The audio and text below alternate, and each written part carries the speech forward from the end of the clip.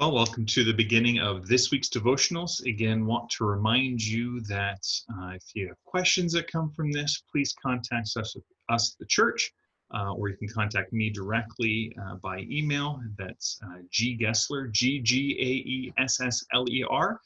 @outlook.com.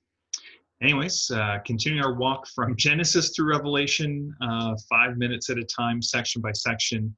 Today, just the first half of Genesis chapter 18. Abraham has received the promise from God for a child. He had it confirmed and accepted a covenant from God regarding this, and he was showing this, his commitment to God, through the sign of circumcision. We've seen this to date. The next step in God's story in the life of Abraham, because remember, in the Bible, God is the main character, not Abraham or Moses or David. God is the central character. The next step in God's story in Abraham's life is he actually comes to speak with Abraham again for two purposes. The first we'll look at today, the second tomorrow in the second half of this chapter. Abraham sees three men approaching his camp, and he does what was cultural, what was typical. He extends hospitality. He gives to others the blessing that he has. He has shade from the sun. He has water. He has the opportunity to rest. He has a way to kind of refresh his feet.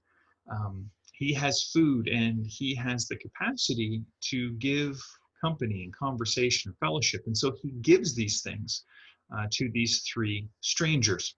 Now, Abraham calls one of these, and there's a word play going on here in Hebrew, he calls one of them Adonai. Now, Adonai is a word used at times for God. It means Lord, but it can also just means a term of respect. And so here it's more, he's referencing these three men, particularly the leader of these three, as a Lord. He's giving them a status of respect. And conversation begins. It turns to Abraham's wife, Sarah. And one of these guests, he reiterates the promise of God, stating, I'm going to return in a year, and at that time, your wife will have given birth to a son. Now, Sarah's listening in on this conversation, and remember, she's old, and so she laughs. And we shouldn't be too harsh on her. Sometimes commentators or people are like, well, she shouldn't have laughed. Abraham laughed earlier when God made this promise. And this isn't God, to their knowledge yet, making this promise. And so at 90 years old, yeah, a chuckle would not be out of the realm of reason. Now, she's also not spying here. Culturally, men and women were separated, and so she would not have been with the men listening or having conversation rather. But who are these guests? What are they talking about? What's going on? But the story here takes a turn because the Adonai turns out to be Yahweh. The personal name from God for God is used here. And so God, he does call her out for laughing, not from the sense of she did something sinful, but rather she did this, well, she says she did it out of fear, but well, let's get to the punchline in just a minute.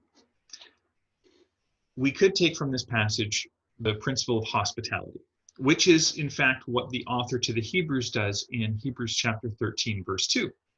Don't forget to show hospitality to strangers, for some have entertained angels without realizing it. The author is explicitly tying off of this account in the life of Abraham in Genesis 18 when they made that comment. We could also make the principle, rather than, our fear can lead us to hide from God or to lie rather than be truthful. But that would not have been the focus for ancient readers. I'm not discounting those principles. They're taught elsewhere in the scriptures. They're valuable lessons. But at this stage of the story, what would have jumped out is verse 14. Is anything too hard for the Lord? See, the question that is being answered here for ancient readers is, what kind of God is the one you are being asked to follow, to give your allegiance to? And here, it's a God who can give an aged, childless couple, well past the age and stage of childbearing, a God who can overcome their limitations by his grace, his power, love, and presence. And so the thought for today, what are you viewing right now in your life that is too hard? Could be a relationship, could be an attitude you have. Maybe there's an addiction you're struggling with.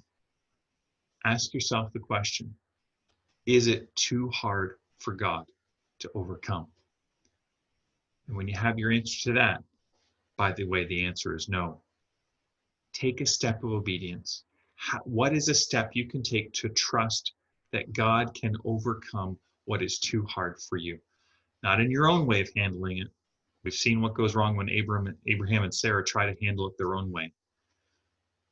But what can you take as a step of obedience in God's way to help you flourish and be a blessing to others in what God has given you, like Abraham did here? May the Lord bless you and keep you. May the Lord make his face to shine upon you. May the Lord be gracious to you. And today, would you know his peace? God bless.